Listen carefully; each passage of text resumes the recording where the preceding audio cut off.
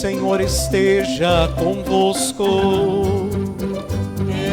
Está no meio de nós.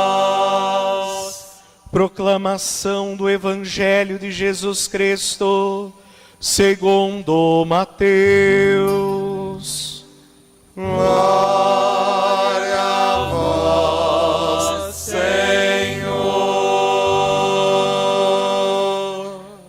Naquele tempo, disse Jesus a seus discípulos: quando o Filho do Homem vier em sua glória, acompanhado de todos os anjos, então se assentará em seu trono glorioso.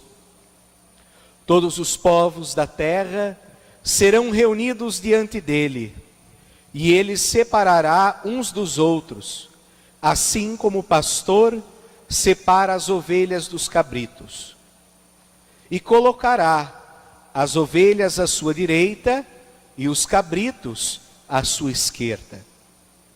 Então o rei dirá aos que estiverem à sua direita: vinde benditos de meu Pai, recebei como herança o reino que meu Pai vos preparou desde a criação do mundo. Pois eu estava com fome e me destes de comer, eu estava com sede e me destes de beber, eu era estrangeiro e me recebestes em casa, eu estava nu e me vestistes, eu estava doente e cuidastes de mim, eu estava na prisão e fostes me visitar. Então os justos lhe perguntarão: Senhor, quando foi que te vimos com fome e te demos de comer, com sede e te demos de beber? Quando foi que te vimos como estrangeiro e te recebemos em casa, e sem roupa e te vestimos? Quando foi que te vimos doente ou preso e fomos te visitar? Então o rei lhes responderá: em verdade eu vos digo, que todas as vezes que fizestes isso a um dos menores de meus irmãos, foi a mim que o fizestes. Depois o rei dirá aos que estiverem à sua esquerda: afastai-vos de mim, malditos, ide para o fogo eterno, preparado para o diabo e para os seus anjos. Pois eu estava com fome e não me destes de comer, eu estava com sede e não me destes de beber, eu era estrangeiro e não me recebestes em casa, eu estava nu e não me vestistes, eu estava doente e na prisão e não fostes me visitar. E responderão também eles: Senhor, quando foi que te vimos com fome ou com sede, como estrangeiro ou nu, doente ou preso, e não te servimos? Então o rei lhe responderá: em verdade eu vos digo, todas as vezes que não fizestes isso a um desses pequeninos, foi a mim que não o fizestes. Portanto, estes irão para o castigo eterno, enquanto os justos irão para a vida eterna. Palavra da salvação. Glória a vós, Senhor.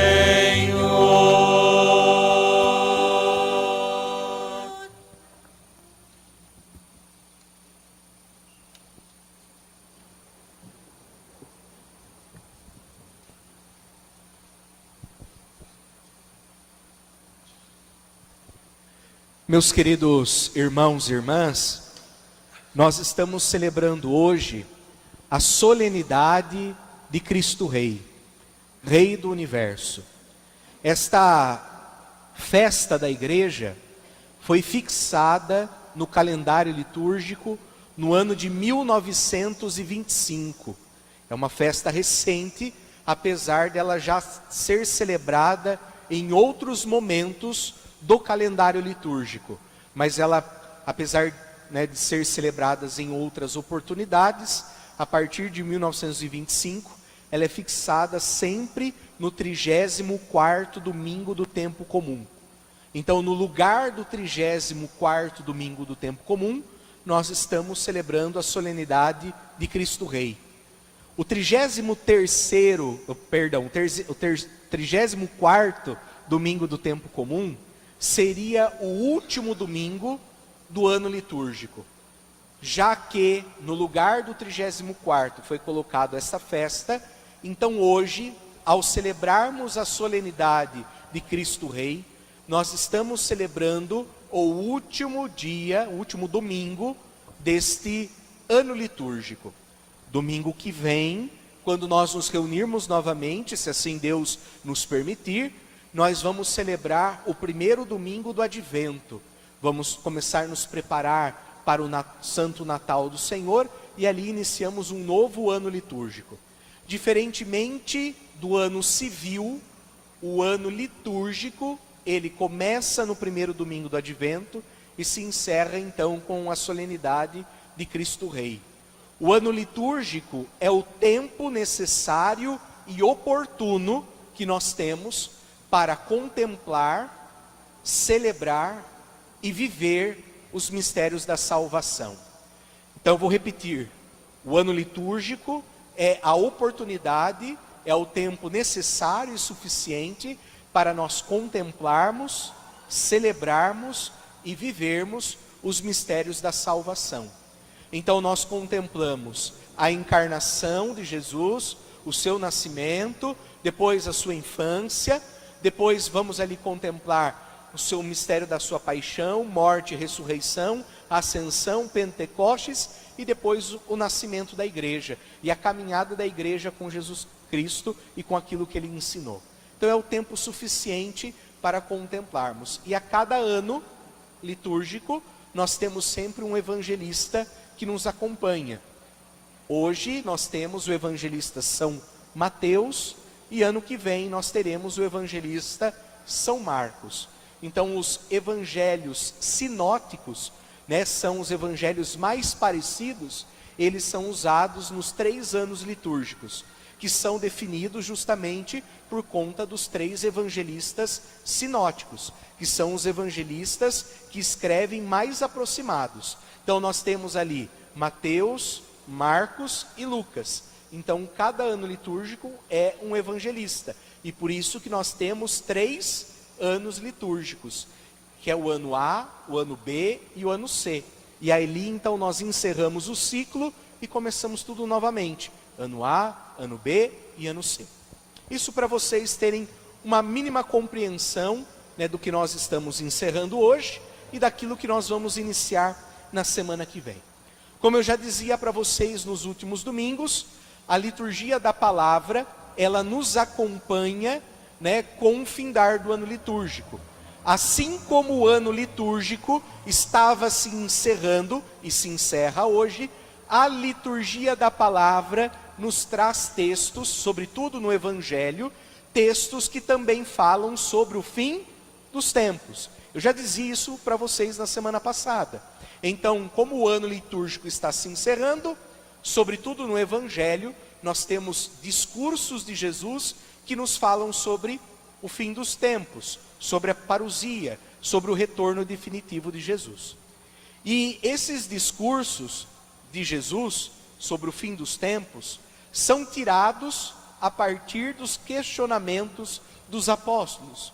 Os apóstolos que estavam seguindo Jesus ouvia muitos ensinamentos, dentre eles que Jesus ia morrer e ia voltar depois para o Pai. Então eles questionam como ficariam, como seria esse processo de retorno de Jesus ao Pai.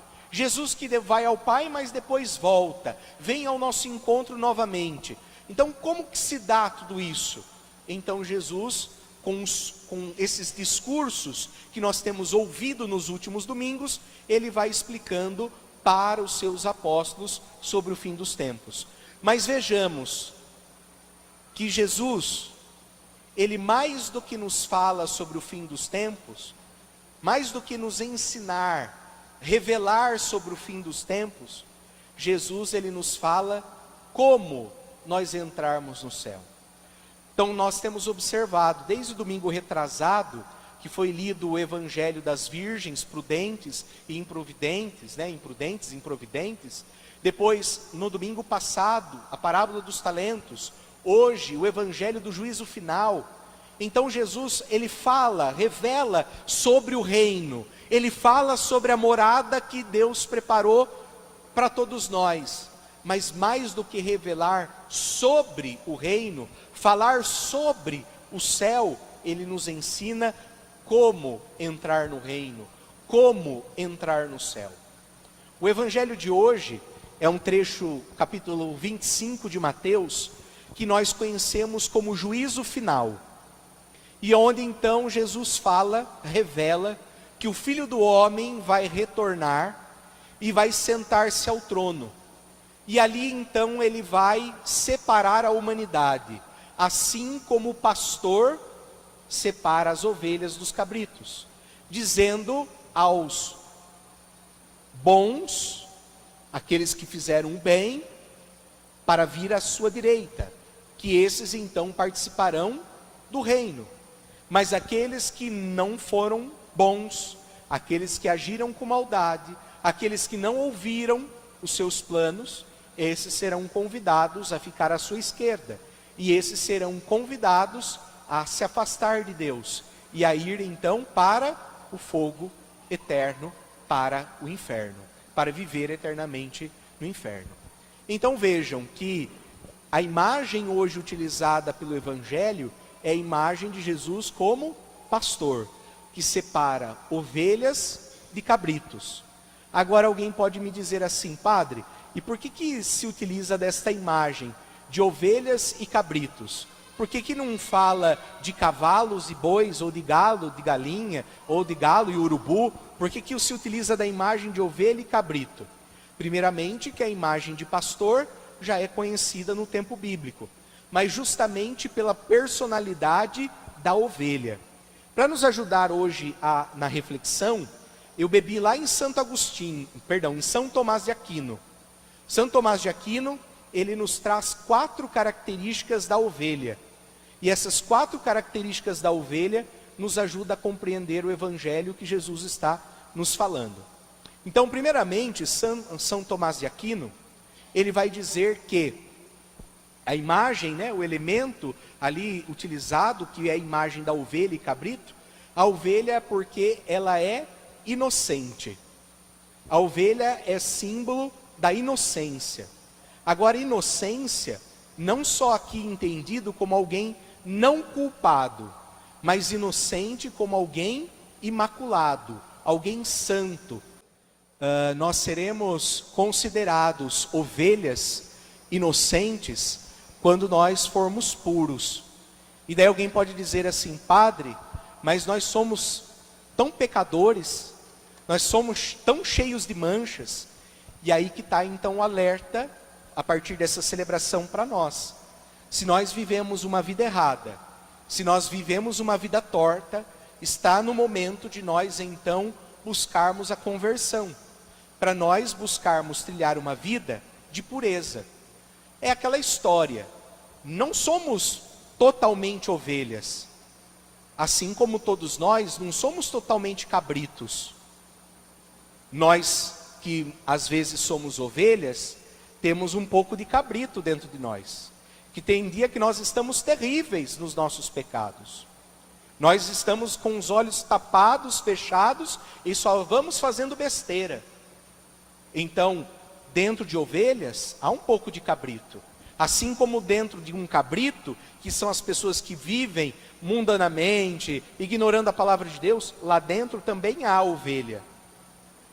Para isso, precisa conversão, amadurecimento na fé. É aquilo que a gente já ouve e já conversou em outros evangelhos, como do joio e do trigo. Nós não somos só trigo, não tem só trigo no coração. Todo coração tem trigo, mas infelizmente também tem joio. Nem todo coração é só joio, também tem trigo. E por isso que é necessário conversão, mudança de vida. Então nós não somos só cabritos, porque pecamos. Nós temos algo de ovelha dentro de nós. Mas para que nós então nos tornemos inocentes, imaculados, sem mancha do pecado, é necessário um caminho de conversão. Então, a característica de uma ovelha é justamente a sua inocência. E essa deve ser também a nossa marca. Depois, a segunda característica de uma ovelha é a paciência. Aí estamos perdidos, né? A paciência é uma característica da ovelha. Assim como a ovelha vai, né, ali em silêncio para o matadouro, assim somos nós caminhantes na vida. Ou pelo menos devemos ser. Então nós devemos buscar, né, aquietar aqui dentro de nós o cabrito. Então, para nós sermos mais pacientes, nós precisamos rezar mais, às vezes nos calar mais. Não é nós sermos omissos, mas nós precisamos nos calar. Nós precisamos aquietar, às vezes, aquilo que está dentro de nós, para sermos pessoas mais pacientes. Pois essa é uma característica da ovelha, ela é paciente. E como nos nossos tempos, nós temos sido pessoas impacientes. Queremos tudo para ontem, tem que ser tudo do nosso jeito, do nosso momento, no nosso tempo. E as coisas não funcionam assim. E isso nos extrapola, faz com que o nosso cabrito interior grite e berre mais alto, enquanto nós devemos ter dentro de nós a paciência da ovelha. A terceira característica da ovelha é a obediência. Ela ouve a voz do pastor. E como que nós temos vivido? Será que nós temos ouvido a voz do nosso pastor, que é Jesus Cristo? No mundo de pluralidade de vozes, né, onde cada um fala uma coisa, onde nós queremos dar, né, valor a uma verdade. É a verdade de um político, é a verdade de um artista, é a verdade de um cantor, é a verdade de um pastor, é a verdade do padre, é a verdade da Dona Maria. Dentro dessas verdades que nós encontramos, será que nós filtramos tudo que nós ouvimos, tudo que nós escutamos por aí, e conseguimos, né, escutar a voz de Deus? E aqui, né, quando nós olhamos para as vozes do mundo, me vem uma reflexão dentro desse contexto. O mundo hoje prega a laicidade. Devemos ser laicos, né? Nós temos que tomar muito cuidado com isso. Ao mesmo tempo que nós, sim, devemos ser laicos, respeitar as religiões, todos têm o seu direito, todos têm o seu lugar, temos que respeitar as manifestações religiosas. Agora, isso não quer dizer que nós não podemos celebrar ou viver a nossa fé, ou que não devamos viver a nossa fé. Porque hoje, quando se fala que deve viver um mundo laico, às vezes as pessoas acham, interiorizam, colocam dentro de si que nós devemos ser pessoas sem religião, que nós não devemos ter um pastor que nos fala no coração. Então nós devemos tomar muito cuidado. Então, para nós sermos colocados à direita de Deus, nós precisamos então estarmos obedientes. E a quarta e última característica da ovelha é justamente os frutos que ela produz. A ovelha, ela produz a carne, né, o leite e, sobretudo, a lã. O cabrito não consegue produzir tudo isso. A carne é dura e não produz lã. Então, a característica boa da ovelha é os frutos que ela produz.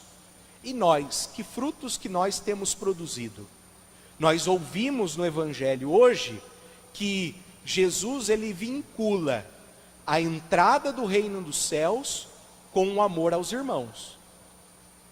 Como a gente diz no popular, o ingresso para entrar no céu é justamente amar o próximo. E vejamos que hoje nós temos um grande perigo, porque a gente ouviu Jesus falar: eu estava com fome, com sede, com frio, doente, estava preso. E o que a gente tem feito hoje em dia? As pessoas ouvem o discurso de Jesus e começam a camuflar o discurso de Jesus. Porque quem está com fome, que Jesus fala aqui, não é o fome da espiritualidade, a fome de Deus, a sede de Deus. É justamente fome do pão. Não está com sede da palavra de Deus, está com sede de bebida, de água. Quando fala de alguém que está preso, não é de um preso espiritual, que ele está ali cheio de problemas. Não, isso é camuflar o que Jesus está dizendo.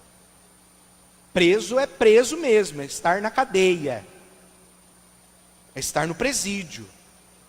Doente não é aquele que, ele está, lá espiritualmente, ele está fraco na fé, não tem participado da missa. Não, esse também tem as suas debilidades, enfim. Mas não é desse doente que Jesus está falando. É do enfermo que está acamado, que está lá sofrendo as dores no seu corpo. Porque hoje, quando se fala, dos doentes, daquele que tem fome, daquele que tem sede, a gente, para não se comprometer, a gente camufla para o lado espiritual. Que é muito mais fácil a gente falar daqueles que têm fome de Deus e da sua palavra, do que falar daquele que tem fome de pão. É muito mais fácil a gente cuidar daquele que é doente espiritualmente, do que aquele que é acamado, e lá dar banho naquele que está lá na cama. Então é mais fácil a gente ir lá ler um trecho da palavra de Deus na casa daquele que está doente espiritualmente, do que aquele que está acamado. É mais fácil a gente falar da palavra de Deus do que ir lá na rua e dar pão para aquele que tem fome. Então, a gente não pode camuflar. O que Jesus está falando, ele está falando de fato daquilo que nós bem entendemos da realidade. Fome é fome de pão, sede é sede de água. Preso é aquele que está no presídio, o enfermo é aquele que está doente na cama, hospitalizado. É aquele que são os mais difíceis de nós cuidarmos. É desse. E são esses que são a porta do céu para nós. Então Jesus, ele vincula o amor ao próximo com o céu. Se nós desejamos entrar no céu, nós precisamos ter boas obras. Nós precisamos viver aquilo que a igreja chama de obras de misericórdia. Porque tudo isso que Jesus falou, acrescentando enterrar os falecidos, são as 7 obras de misericórdia. Então nós devemos vivê-las, pois é vivendo as obras de misericórdia que nós entramos no céu. Se nós não vivermos, nós não vamos entrar no reino dos céus. E nós seremos afastados e seremos enviados para o fogo eterno. E aqui lembrando, que a imagem do fogo, porque quando a gente coloca a mão na vela, por exemplo, no fogo, o que acontece? Queima, dói, machuca. E é justamente isto que acontece com aquele que vive eternamente na ausência de Deus. Porque assim como há a vida eterna, há o céu, que é viver eternamente na presença de Deus, também há o inferno, que é a morte eterna, que é viver eternamente na ausência de Deus, e que dói, como se nós colocássemos a mão no fogo. Então que nós, no dia de hoje, olhando para tudo que nós já celebramos durante este ano litúrgico, e os textos que têm sido nos apresentados, sobretudo no dia de hoje, que nós busquemos então ter essas características, para quando chegar o nosso julgamento, quando chegar a vinda do Cristo na nossa vida, nós sejamos convidados a participar do banquete da festa da vida eterna, e que nós não sejamos rejeitados por Ele. Então que nós tenhamos ali a característica da paciência, da obediência, da inocência e da caridade. Que os nossos frutos possam ser visíveis aos olhos de Deus. Então que Ele nos ajude e que nós sejamos considerados ovelhas neste último julgamento, e não cabritos para sermos rejeitados pelo Senhor. Que Ele nos ajude, que nos encha de fé, de esperança, de temor, e que possamos buscar a conversão. Assim seja. Amém. Permanecei em meu amor.